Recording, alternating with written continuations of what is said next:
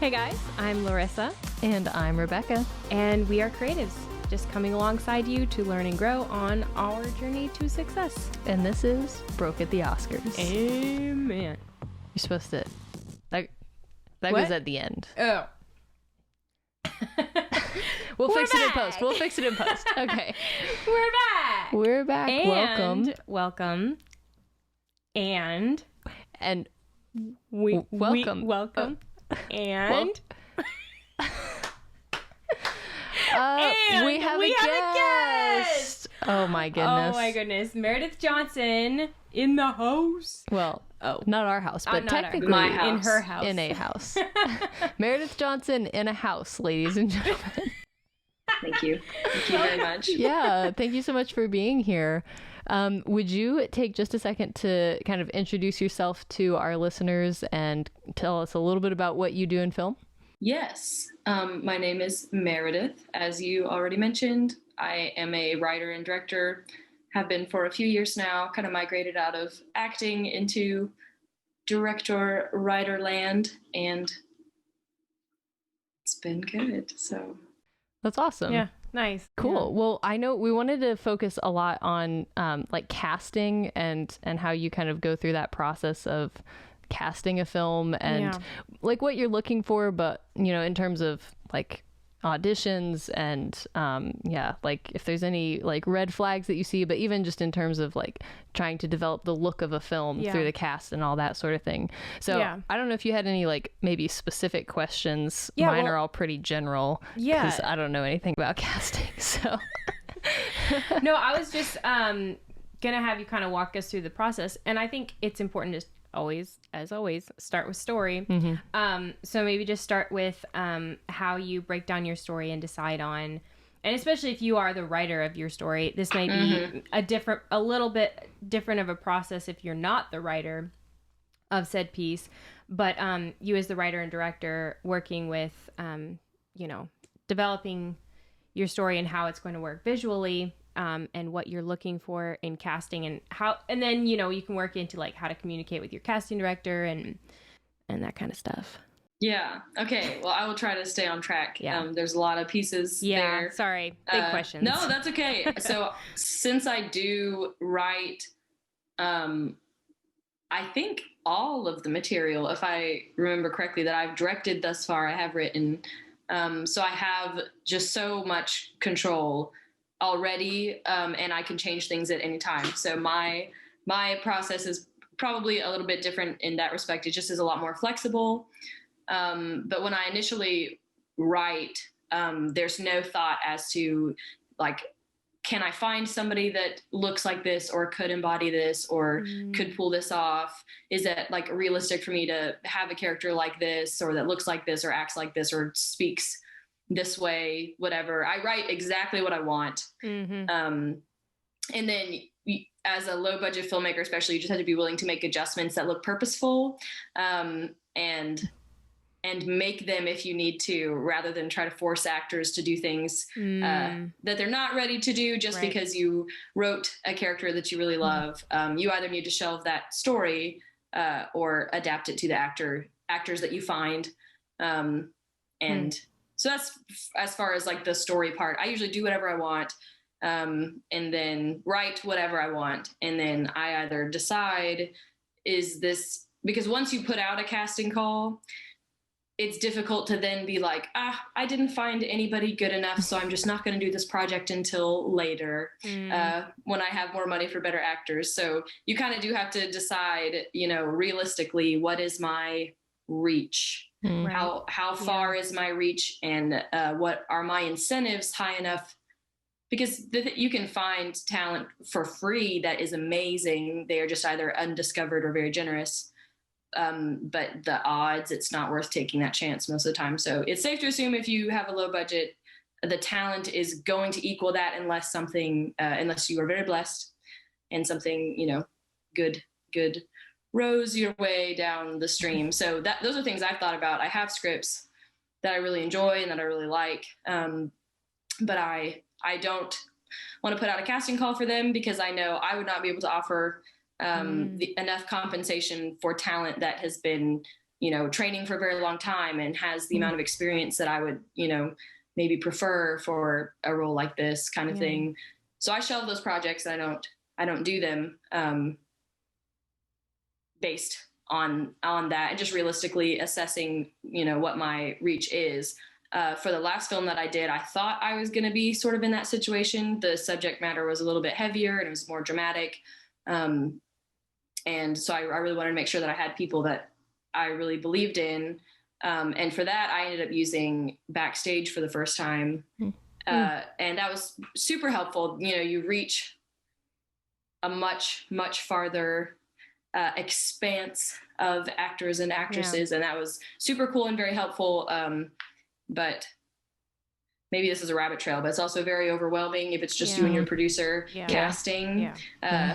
Casting directors are angels, and they look over us, and I think that was definitely by far the most submissions I've gotten for a project, and I think it was over 800.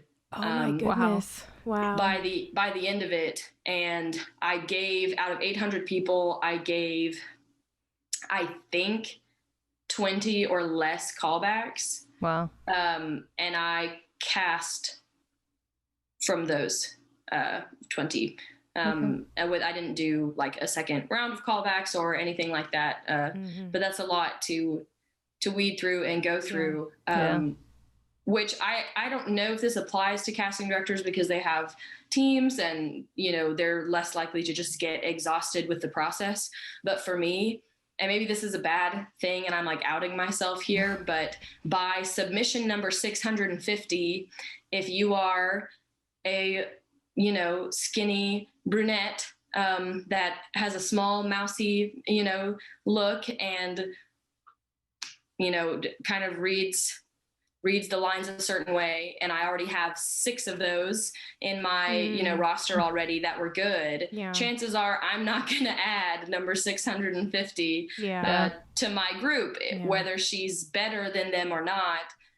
I'm tired. I've already seen 1,000 of them. There were a lot of, well, we have somebody a lot like this already. And I haven't spoken to too many casting directors, but I've heard sort of similar, like, oh yeah, that can happen. So I feel like even in the bigger ponds, that can be an issue, which is why I stress so much. Like, if you're not going to send it in within the first few days of the casting call, like, you better really take a risk with your tape. Because somebody could play it super safe, but it's the first one I see and I'm like, oh, I just really like that. That just feels good, and keep it. But that makes so sense. And by taking a risk later on, do you mean in the way that they're reading it? Do you mean in their look? Like, if there's something they could do in terms of, I don't know, wearing a wig or something? Like, literally anything to stand out. Okay. Apart from, like, you need to know boundaries, because I've seen some really cringy things that were clearly somebody being like, I'm going to inhabit this character and I'm going to really show, X, Y, and Z. And it's very cringy and it can be awkward, and some costuming is, just too much, and too many, the accent is too much maybe, or the jumping around the frame is, you have to be self-aware, which is why it's good to have, if you don't have an agent that can help vet that for you, send your tapes to people and have them review them first. And another thing for me that is an instant, I've given callbacks to people that didn't follow the directions completely if they were really good. And that's just something I have to do, even though I would love to punish every single person that doesn't read the directions. I'm not going to, because I can't afford to. I need good people, but it's like, I mean, if I'm on the edge between, my 6 skinny brunettes in my little roster over here, and one of them just refused to slate for whatever reason, or did not have the sides memorized, that kind of stuff, I'm like, oh, well, I guess you don't really care. I'd rather you did. So that's hugely not cool. Or emailing me questions that are in the description already. Like, shooting dates here through here, and I get 1,000 emails. When is this shooting? Or shooting Huntsville, Alabama. Where's this shooting? Oh, man. And to be quite honest, in my casting call for this last one, because the volume was so high, I put an asterisk that said, you know, I'm not going to answer every single person's email. So look very hard for the answer. And if it was answered in the body of the email, I usually did not email them back, because I can't answer 500. Wait, where is this shooting again? You know? So I don't know. Maybe I sound super mean right now, but it was super exhausting, and it was very like, because you don't want to miss somebody because you're tired of looking. Because I would kind of skip through a few, and I'd be like, oh, okay, no, I have to go back, and I have to like really watch them twice, and I have to really like care, because I could just be missing it because I'm so sick of doing this. But again, that's why it's my prayer would be that you have a casting director not doing this. But even if you are a casting director, these are still, I feel like, similar things that they're looking out for. Or your agent. Agents aren't going to want to pick up people that don't follow directions, because it makes them look bad. But especially if you are independently kind of managing that for smaller projects or short films, you know, y'all gotta pay attention. Do you know on average how long each audition was in terms of time? Was it like a minute or 2 minutes, or you mean like when they read the like the initial submission that you're talking about, that you went through like 800 of them? Oh, so those all I did was that's a good point though, because this was something that I learned. I got 800 submissions, and I got probably between like 690 and 715 self-tapes. Okay. Because I didn't require a self-tape for the initial submission, which I should have done. Gotcha. Because then there are a few cases where I can just look at your headshot and be like, oh, you're probably not what I'm looking for. If you're, you know, a 16-year-old boy applying for my, you know, 10-year-old boy part. Probably just not going to send you, but it's not worth doing that. I might as well just have people send me self-tapes in the first place, because people they either lose track of time or lazy, or decide that they don't want to do the project. But you're not going to get everybody that just like, it's super easy to be like, oh, yep, sent my headshot to this person. So that was something that I learned, because then I was having to respond to all these emails with the sides, which was ridiculous. And I should not have done that. The side, so the sides needed to be in the initial submission. That was silly of me. But after the sides started coming in, they were like I think that they were 2 pages. Each of the sides for the different characters were about 2 pages. And I learned another funny, sad lesson. But in my 2 pages for one of the characters, there's a tiny, like, almost like flashback type scenario where somebody like sees something in their head or flash whatever memory. And it's super small. It's like this big, and I missed it. And the actors, bless them, some of them would either ignore it, and because the scene goes, it kind of cuts to that and then just keeps going as if nothing happened. So some actors would read it all the way through, and they would try to act that out in sequence with the scene, which is weird because it's not supposed to be like that, but it was in there. So I understand. So I understand why they were like, well, it's here, and if I don't do it, they'll think that I'm like shirking or something. Right. And then other actors cut a clip into it. Yeah. So it was like a separate clip. Wow.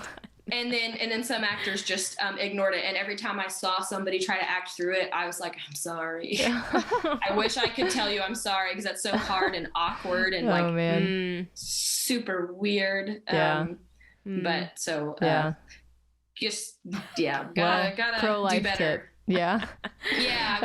Oh my word. Don't do what I did. The reason I was asking about how long the auditions were, I was just curious if you had like done the math on how many hours you spent like watching auditions. Yeah. Oh, maybe goodness. That's like depressing. But because to your point, like you were saying, you know, you feel bad about like not being able to watch everyone, you know, as it gets to number 600 or whatever. But it's like, but yeah, how many hours are you putting into this? And like, you know, as a director, like that's not the only focus that you have in pre-production. Right, yeah. Like there's, you know, you're trying to prepare for this whole movie. So I think it's completely understandable that like, yeah, you just can't watch that many submissions. No, But and that's why you would have the casting director, and they would be able to vet, like, obviously this 16-year-old is not going to work for this 10-year-old child, or it's like this guy is too old, or this, you know, they can vet like the obvious choices and be like, we're not even going to bother sending that to director because they don't have time. So yeah, that's why, I mean, a casting director is super important. Yeah. And obviously, like, that's an ideal situation that you would have a casting director. Right. But in terms of, like, a tip for actors, I think, you know, that was helpful that you kind of drew out, like, the earlier you can submit, the better. That's true. You know? Yeah.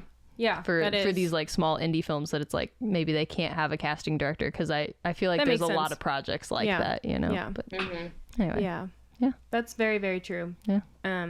So running into... You know, you've kind of whittled down your selections. You've got people that kind of fit the look you were going for, or were just like really big standouts. How do you work with giving them callbacks and that process? Yeah, so the last 2 projects that I've done, I did the callbacks over Zoom with me and the producer. And I gave them 2 sets of sides, whatever their first set of sides was that they did for their self-tape, and then their new callback side. The callback side is usually whatever the more important part of the script is, whether it's like a super dramatic part or just something that's has bigger impact and that I would rather have seen done right. Something I'd want to like make sure they could do before I cast them specifically. Right. And especially... like with the last one, there was a lot of kind of like drama and whatnot that needs to be pretty honed in. But people have surprised me before. I've given callbacks to people I didn't think I would give callbacks to based on what I already had in mind for the character. So sometimes it's kind of like, oh, I wonder if this person could change kind of what I had even wanted in the first place. Yeah. That doesn't happen super often. Yeah. But it does happen. And it has happened and worked out well for those persons. Nice. But I did them over Zoom, which is actually a pretty good method. You can just record the screen and, you know, you can go back and watch it. It's really pretty easy. And the callbacks never lasted. I had them in half-hour slots, which at first I was nervous about because it doesn't sound like a very long time. I never went over half an hour with anybody, with both sets of sides and everything. And everybody really, you know, felt like they had, because I always give people the option to, I give direction a little bit in advance so that people aren't just sort of like coming in blind. But really, like, I tell them if they want to, we can do it as many times as they want until they feel like they have like done something that they're proud of. Because I want to cut them off and not see something good. Callback nerves are different than on-set nerves. So I want to give people a good chance. But even with people, you know, doing that and be like, oh, can we like do that 2 more times? Or, oh, I do want to like try something else. Or I love it when people like have their own ideas. Or they're like, hey, this might be weird, but like, I've done it these normal ways, but this time can I like do this accent, or can I, you know, just be really angry the whole time or whatever. And I love that, even if what they end up doing is kind of cringy and not at all what I want. Like, I think the effort is cool in my opinion. And if nothing else, they at least stick out to me as somebody that's willing to try things, and that I'm more likely to call them for a later project and be like, oh, well, that person showed me something really like different and whatever. Like maybe I will like ask them to audition for this next project, which I also have done that before. I've cast projects out of people's callbacks for previous projects. Wow. I've been like, cool. Like, oh, I know that this person can already kind of do what I want. I'm just going to ask them to be this role based on the callback really that they did for me already. Yeah. But it's people that, you know, are willing to do things. Now, obviously you need to first be able to do what I asked you to do. Right. Taking direction is like a huge, like when I make my notes, that's almost the first thing I write down is whether they can just change what they're doing at all, because that's surprisingly a theme is actors like reading it a certain way and they'll be like, okay, like try like, X, Y, and Z. And then they read it the exact same way, the next 3 times that they do it. That happens like all of the time. Even if their first, go at it was pretty good, if you can't change it at all, then it's probably not going to work out. So that's like a huge thing that I look for, because even if your initial alteration is not what I wanted or what I was trying to, because it goes both ways. Like I don't watch somebody interpret what I said wrongly and be like, oh, they got it wrong. Sometimes I just communicate very poorly, and, people have their own associations with words already. So if I say, just be a little more sad, like that's not usually going to be super helpful. People have 1,000 different, 1,000 shades of sad. So, so I love to like give people as many options as they want to give me within reason, obviously, and within a half-hour period. But I've never had a problem with that though. Even with doing 2 different sets of sides, and I talk to people, a little bit before that, obviously, to just warm people up and get them a little bit comfortable and whatnot. So the time has been also the initial reason that I did that is you have to like buy a Zoom membership or something to like your meetings can only be so long already. And I was like, well, I don't really want to do that. So surely we can, and it's been great. Nice. It was awesome. Nice. It all worked out. Filmmaking on a budget. That's what we're here to do for now. It is very cool. The mediums that we have, the technology. I mean, even self-taping is now like the thing. Whereas, I mean, even maybe 5 years ago, it wasn't really the biggest thing. Like people were still going in the room, and now self-taping is pretty much the standard how auditions are done. And it's kind of disappointing, because as an actor who rarely got the opportunity to actually go in the room, like I'm in Atlanta, I'm like a super, green, starting out kind of a person. And, if I had been in LA, maybe I would have gone in the room more, because it's, a little bit more standard over there. But I got to audition in the room a few times, and it was like, this is the best. It was like super nerve wracking, but like, it was like a high kind of adrenaline. Yeah. You're like, I just nailed that audition. And I like, you go in, you do it, you have one opportunity, and you're like, I come out a champ. And it's like such a good well, I feel like it's such a good feeling, because you can't overthink it. Right. You just got to do it. You have to just do it and move on. Yeah. And it's more about your instincts at that point. It very much is. Whereas with a self-tape, like I probably, in my acting days, Larissa can testify to this, do like, I do like 12 of them. So many. And I'm like, oh, but I could have altered like that one. Like I didn't like how I like shifted my eyes. Like that looks stupid. I'm gonna go back and redo it.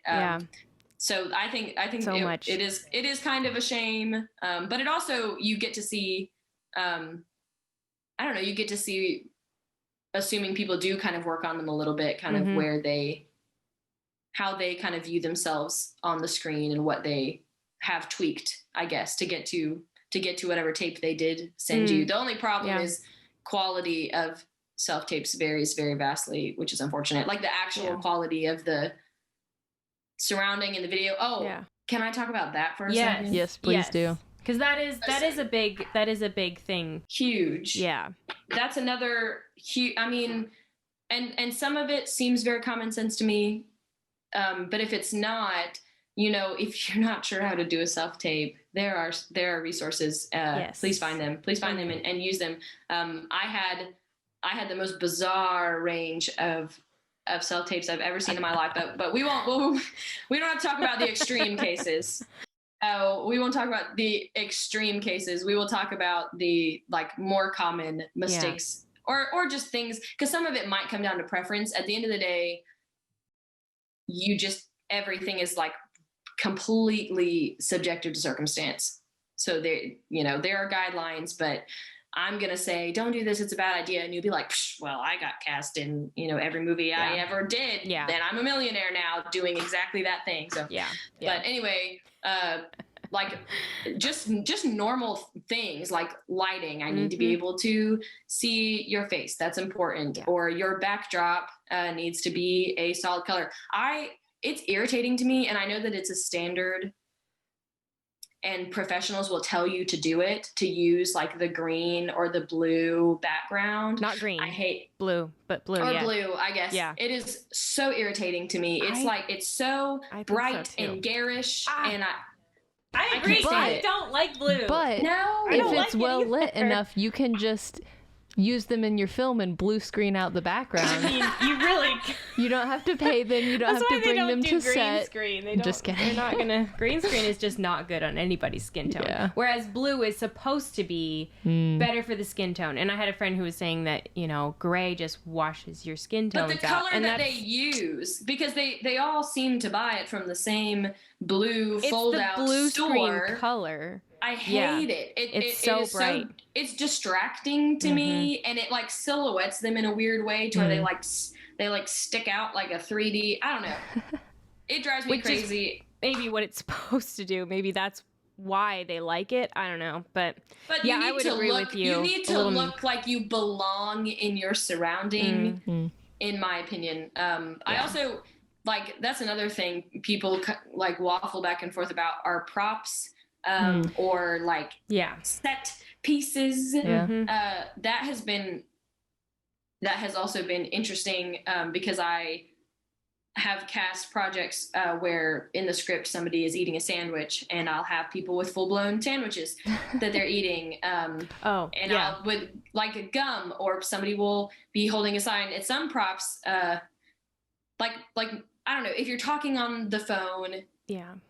Like hold a phone and do it. That's fine. It just, I don't know. So it sometimes is weird to me. Sometimes it's fine. I think when actors are like weighing whether or not to do that, one thing to think about would be like, is this a distracting thing? Because if you pull a giant sandwich out of nowhere. I mean, if it's really giant, maybe that's the thing that makes you stand out. If it's like a 2-foot sandwich, you're just out here. Well, it's like a dagwood. You're just like doing this dramatic scene. Well, that's another thing though, is if it's a comedy, right. Then that might also have something to do with it. But like I think for a drama, it's more times than not distracting. For a comedy, usually like physical humor is going to be a part of that. So like if you're, eating a piece of candy or a sandwich, or you're twirling, well, don't twirl keys. Keys are too loud. But if you're doing something like that, but something that in the last project I saw the most of was the character looks at a file.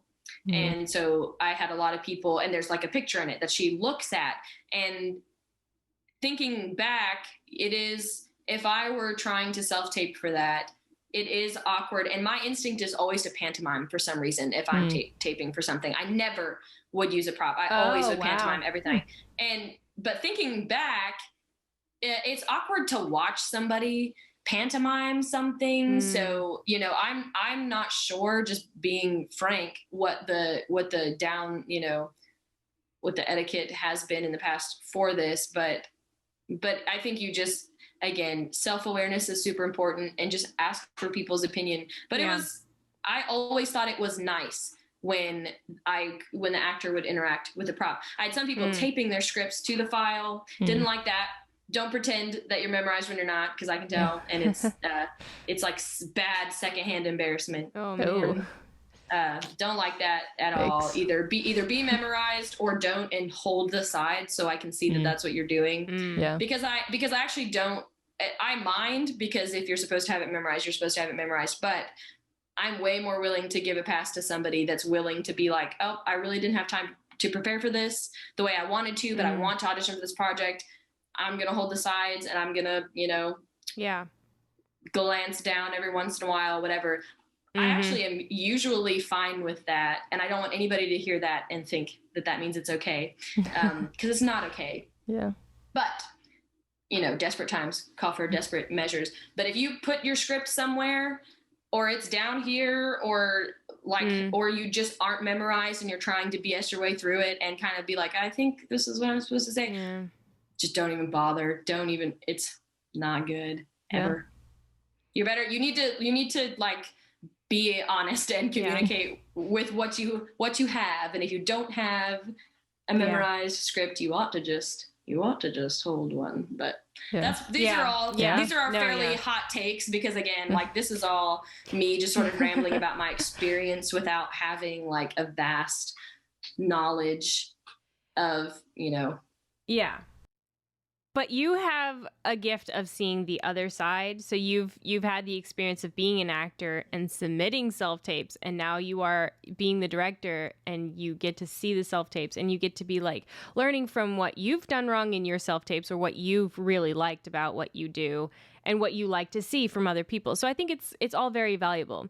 I do have, I think, about the props.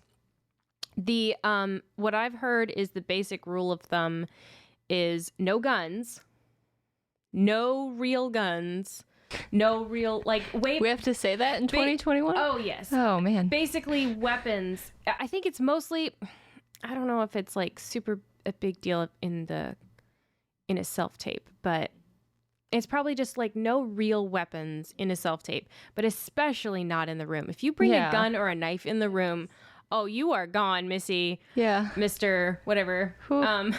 And then if you're going to eat or drink in the scene, if you're going to do it, it has to be real. So like, if you're going to, pretend you're at the club and you're taking shots, just have a little shot of water and actually drink a sip of water. Because if you pantomime drinking, that's just awkward. That's like more awkward than not doing it. Basically did a bunch of those. It was weird. Can confirm. Do you have like a footage of that? Maybe we could do a montage. Deep in the catacombs of my self-tape history. Very, very, very not good. I've sent in some super lazy self-tapes in my day. Like super like whatever. I guess I'm gonna do this, and I just. And you always got cast. What? No. No. Okay. That would be a very bad moral to the story, but I always got it, so I guess it doesn't matter. Yeah. The other thing, I sort of disagree with you, but you know what? Maybe I shouldn't disagree with you because I'm not the casting director, is the memorized script. And I think what you said about it being... that you can tell that you're looking at a script is super important. I do think that if you're not 100% off book, that doesn't mean you can't do the self-tape. And I think the more you rehearse it and the more you like do takes, you're going to have it memorized. And if you're prepping the lines, ahead of time, it's mostly going to be there. So I think my point is, don't send tapes where you're doing this.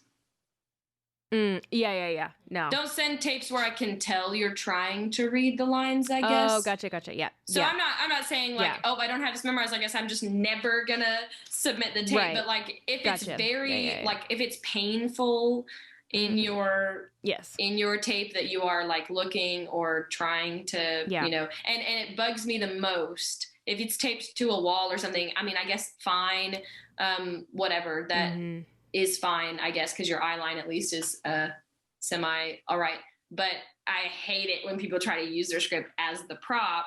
And then it's like, I'm holding this file, so I'm gonna pretend I'm like studying it, but I'm actually just looking at my lines. Like, that irritates me. I don't know why, and that's probably a personal preference thing. But I'm like, put that down.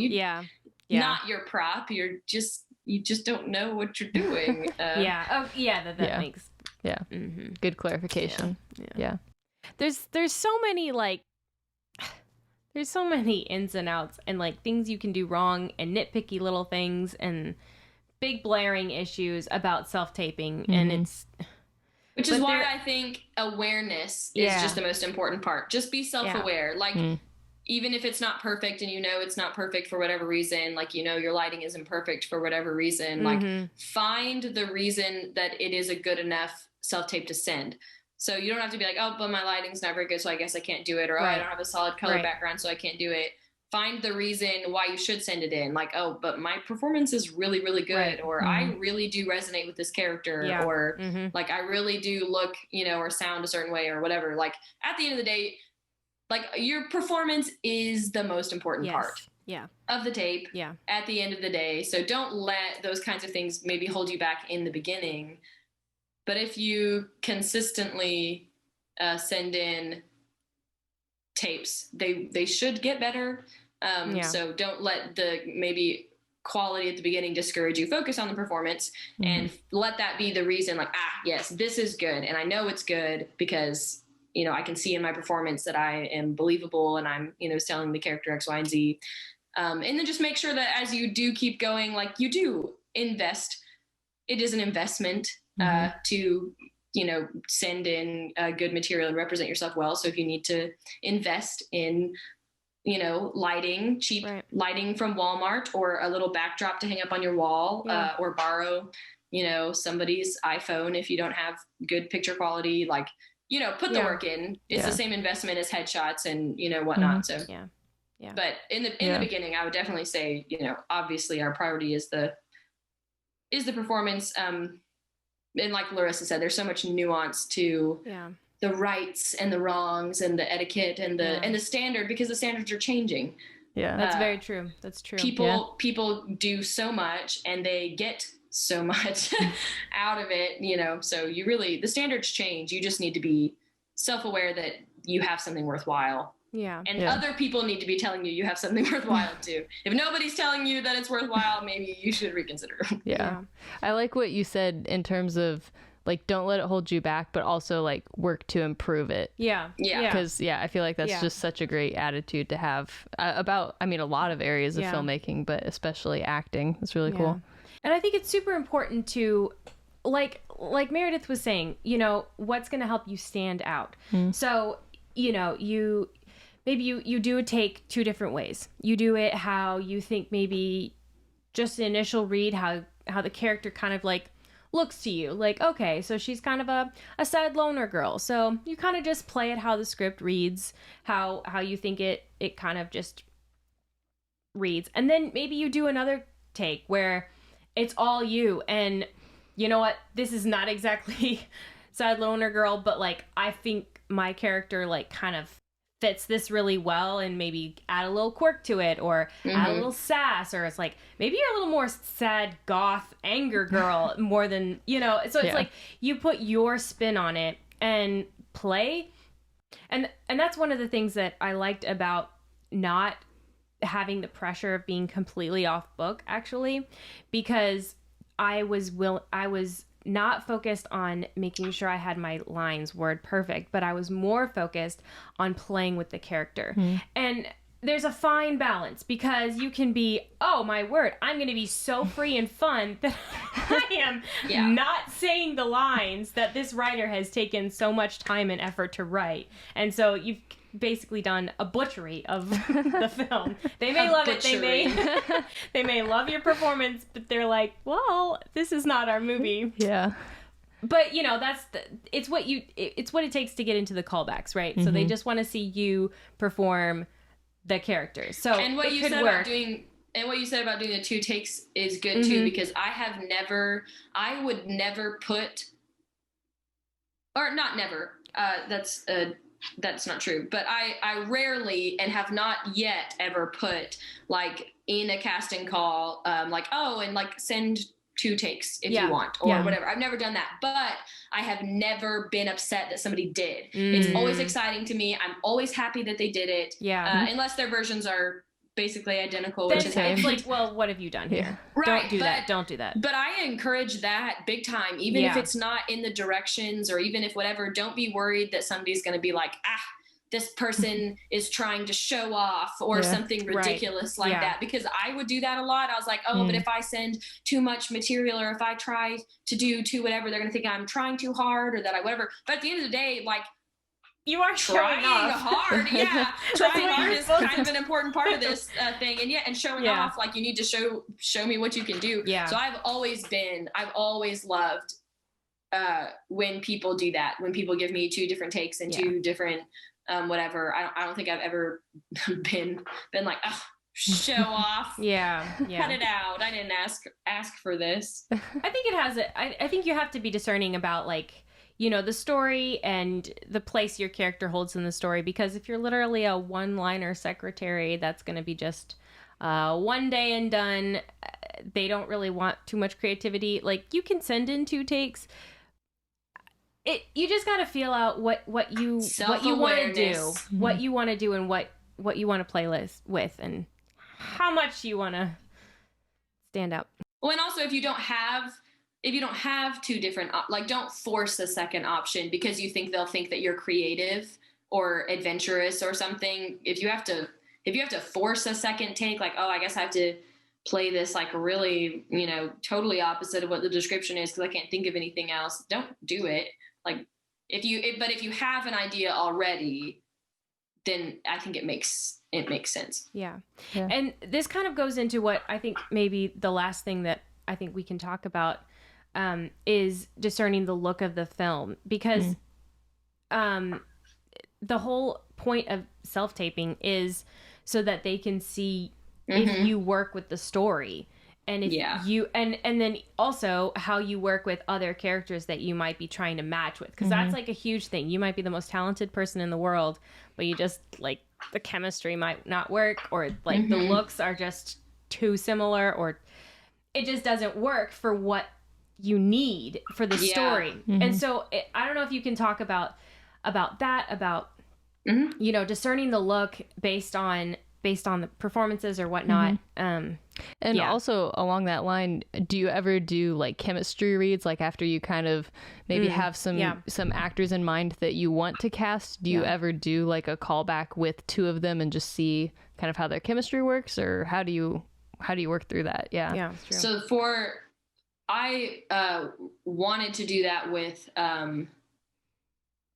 there were 4 characters total, and 2 of them in particular I did want to see read together. Yeah. I ended up not having the time to kind of make that happen in the timeline that I wanted casting to be done by, or needed it to be done by. Yeah. So I didn't. But I think in some cases, especially, you know, like love interests or, you know, dynamic duo kind of, like, that's probably the move. I would say. Yeah. To make sure you do chemistry reads before just sort of throwing people together, and, you know, they were great separately. But for the look, like, obviously things get really delicate, right? When you are, and I have to make sure that me and Jordan, or whoever's producing, name drop, Jordan, whoever is producing, it's just us in that room, and you know, we feel free to be very candid, and to say what's on our mind about why somebody, you know, works or doesn't work, because there is, you know, you need people on a pretty broad range of levels of attractiveness or height or weight or hair color or eye color, and at the end of the day, you know, it does feel awkward, and it is maybe uncomfortable and perhaps even unfortunate, I guess, depending. But at the end of the day, it is super important, and people do care about that kind of stuff. So you have to be discerning when you're in the chair, you know, watching self-tapes and making notes about why somebody would or would not, you know, work out well. Something that I hadn't thought about was some guys, like, I wanted, and this is something I didn't even know I wanted until I was, like, watching the tapes, was I wanted somebody with facial hair, and I wasn't thinking that way, but obviously, like, even films that do have the budget to do fake facial hair, it's not maybe the move. In a lot of cases. And so if a guy had too much, you know, if he had a full beard or something, I knew at least I could kind of ask him to shave around it, maybe, and kind of get to what I wanted. But That was something that stuck out to me as being like, oh, like, I guess guys have to kind of think about that. I never would have thought to tell them to think about it. But guys, think about your facial hair or lack thereof. You just, I don't know. By the time, if it's a week, 2 weeks out from shooting, I can't necessarily ask somebody to grow an entire beard or even a mustache that's convincing. Those things take time and love and care and whatnot. So, but anyways, there was that, and I tried to stay away from words like pretty, or unattractive. Most of the time, just in an effort to make sure that we're not being, because at the end, it doesn't matter if I say those words, with just me and the producer looking at people, like, oh, she's too pretty, or, oh, she's not pretty enough, or, oh, this guy's whatever. No, it doesn't necessarily matter if it's just between the two of us and we can have sort of a mutual understanding that we don't mean it in any sort of negative way. But I think even talking about enough people like that, like they are just sort of, images on your screen for you to do with as you wish. It gets tricky. It dehumanizes. So, a little bit. And so my rule of thumb, even if because at the end of the day, just being realistic, in your script, it might say a very beautiful young woman. Right. And what you need is a very beautiful young woman. And to the, subjective, ever-changing standards of where you're at, that could mean several different things. Right. I still would refrain from being like, this person is not beautiful enough for my beautiful young woman characteristic. Right. Yeah. So I usually use words like suitable, and just leave it at that. If I say, oh, this person is not suitable, then swipe, swipe. That maybe there should be like a casting app like that. Yeah. Like, oh my Tinder for casting. That would weed them out really quick. It just automatically plays the self-tape, and then you just that would have made my situation a lot easier. Oh boy. Any entrepreneurs out it's a $1 there? million idea right there. I don't know. That sounds a little frustrating now. Boy. But anyways, yeah. But so I just, for my own way I think about, because then when you have the actors on set, you end up thinking about them the way that you characterized them when you cast them. So this is my young, unattractive schoolboy that I needed to cast, or this is my old, grouchy man, whatever, with, a gap in his teeth or something. But so just, sometimes, or mainly like pretty, ugly, fat, skinny, overweight, underweight. Like those are words that I just would try not to use if at all possible, even if they are quote unquote true. Suitable has been the safe route for me, even if it's just me, or even if it's just me and producer, whatever. That was a lot of time to take for me to say all that, but I found just for my brain, it's a good thing. So. No, it's really cool that you're mindful of stuff like that too. Cause I think that's, whatever, this is kind of obvious, but as an actor, you're very vulnerable in a lot of ways. And especially when it comes to your relationship with the director, you want to feel safe and feel like you can, be free to play around, kind of like you've talked about. You know? And ultimately it is about a whole person, not 3 attributes that I happened to assign them on a piece of paper. And then have you ever, okay, so this is a question that, because a lot of people, sometimes it's hard, from a self-tape to see what they could become, because a lot of films, you kind of really change their look. You cut their hair, or you cover their hair, or you put them in period makeup and wardrobe, and they look completely different. So you kind of have to see the person that you're looking at, and then they're going to try to because that's the important thing about self-taping, is to try to close-ish resemble what they can bring to the table, as far as what they can look like for you. Wear glasses if you're a secretary. You look super cute in your glasses as a nerdy secretary, or you're wearing something close to something period so that you look a little bit more colonial or whatnot.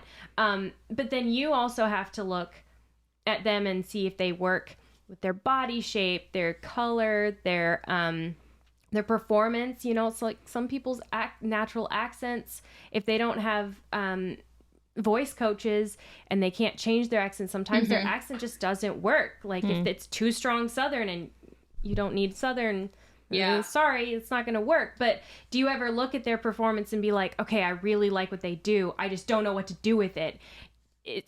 Is it helpful to send more headshots of them with other wigs? Or because there's a lot of, like, I've heard, actors be like all rah about wigs, and it's like you can have any hair you want.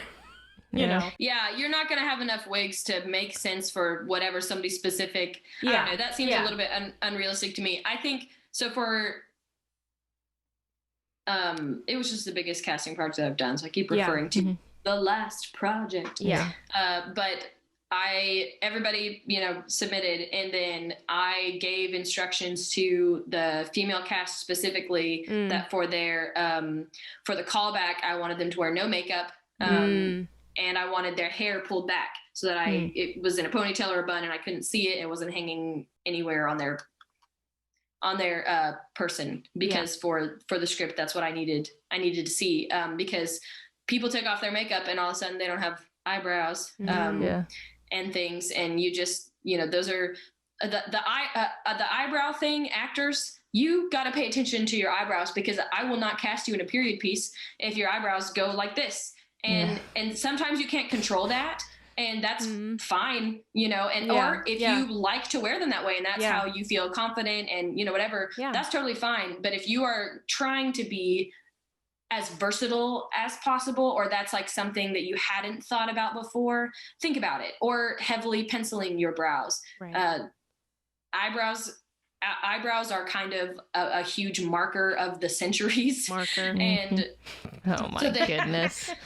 A huge pencil of the century. Oh my goodness. So just eyebrows are something that I noticed the most when I started to accept the headshots. Even is I was like, ooh, I need to see what that person's eyebrows look like right now, because if they look like that, I literally can't cast them. I don't have the budget to redo their entire facial makeup. But anyways, so I gave specific instruction, for that, because I did want to I didn't care what their hair looked like. So I just didn't want to have to think about it at all. And I did want to see what they looked like without any makeup at all, so that I could kind of build from there if I needed to. But since it was a period piece, them not wearing makeup was, they needed to at least look like they weren't wearing makeup in the actual film. And I can tell when they don't follow that direction either, and they do still have makeup on. And I get it as an actor. I don't want to do a callback without any makeup on, so that makes sense to me. But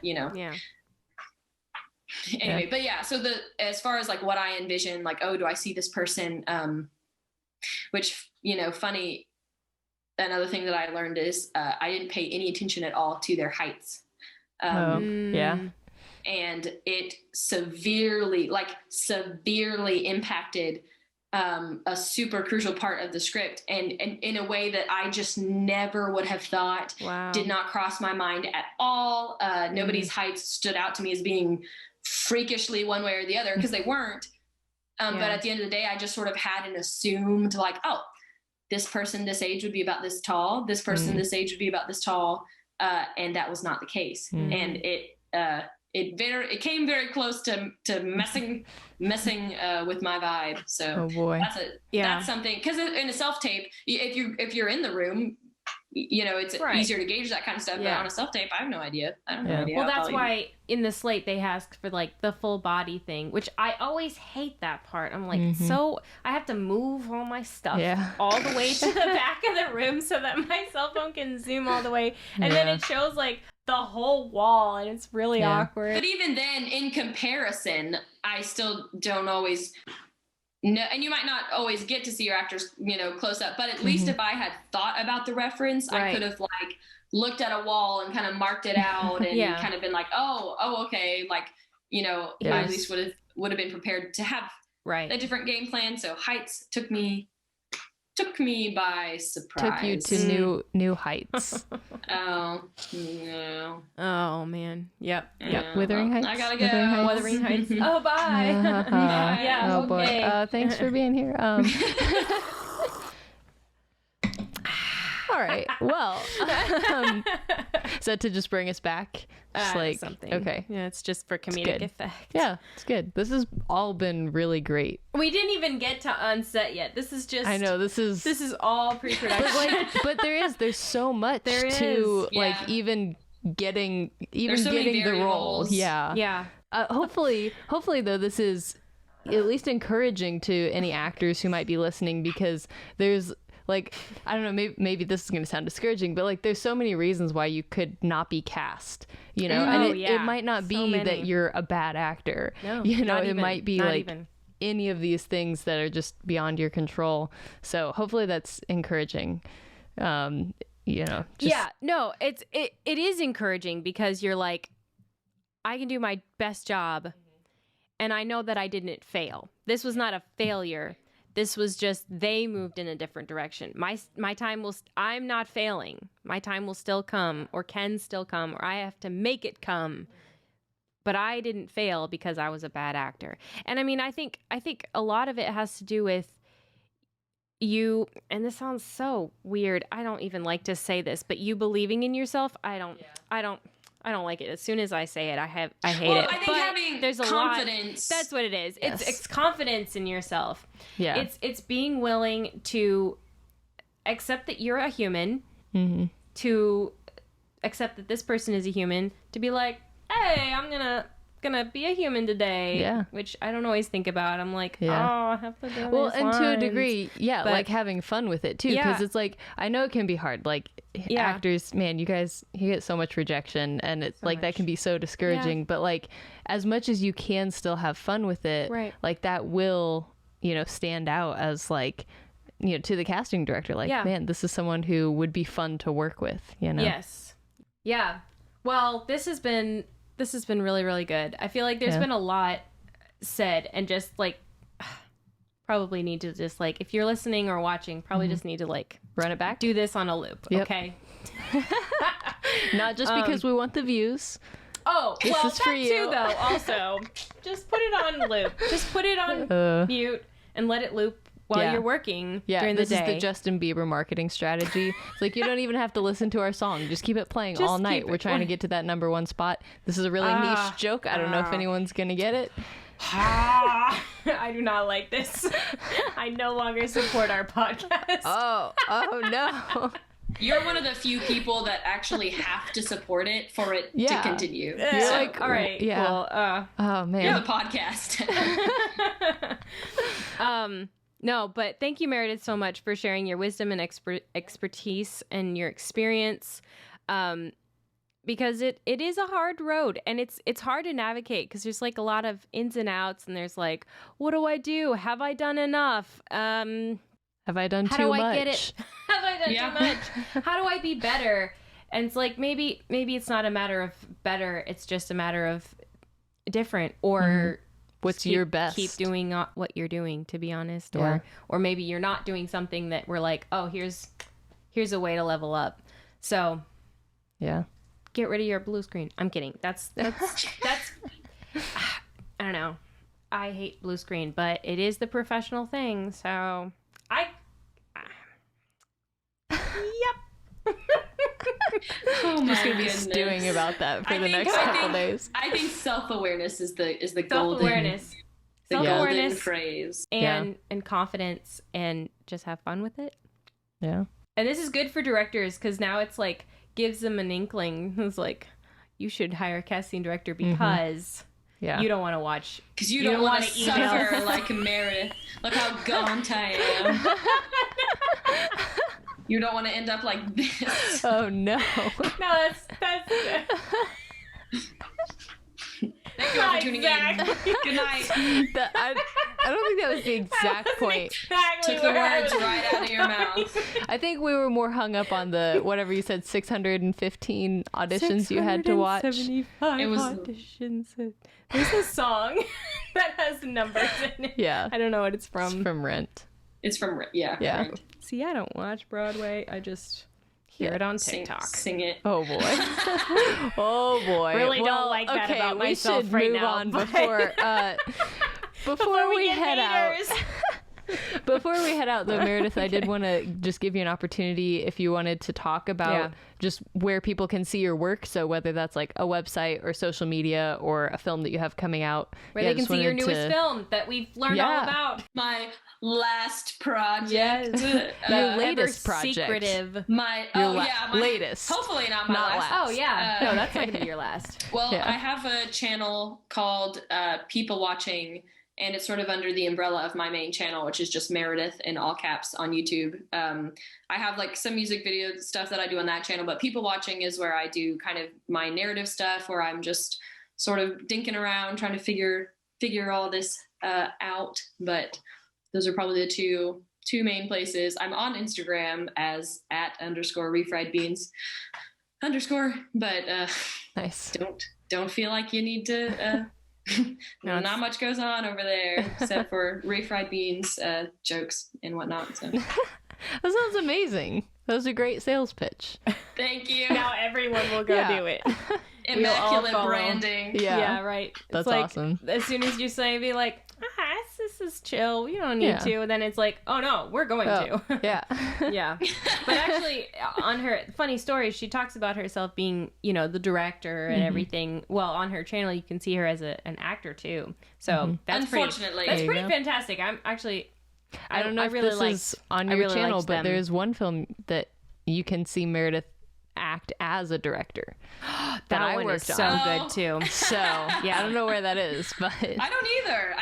I don't know where it is. I think it's on maybe Ethan's. It's on channel. Ethan's channel. Yeah, it's on called Ethan's YouTube channel. Make a Movie or Die Trying for anyone who wants to look it up. So good. But that's a side note. Yeah, side note. But first, follow Meredith on Instagram. Meredith purposely did not mention that film.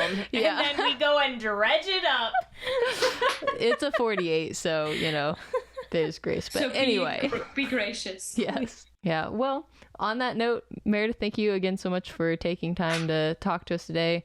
I had a great time. Yeah. I feel like I learned a lot. Yeah. This has been really, really good. Yeah. I feel like there's been a lot of good stuff in here, so we appreciate you taking the time. Thank y'all for having me. This is fun. Yes. Yeah. Thank you for coming on. Yep. And thank you to our listeners and our viewers who have listened and viewed. And what if they haven't listened or viewed? Until next time. What do you mean?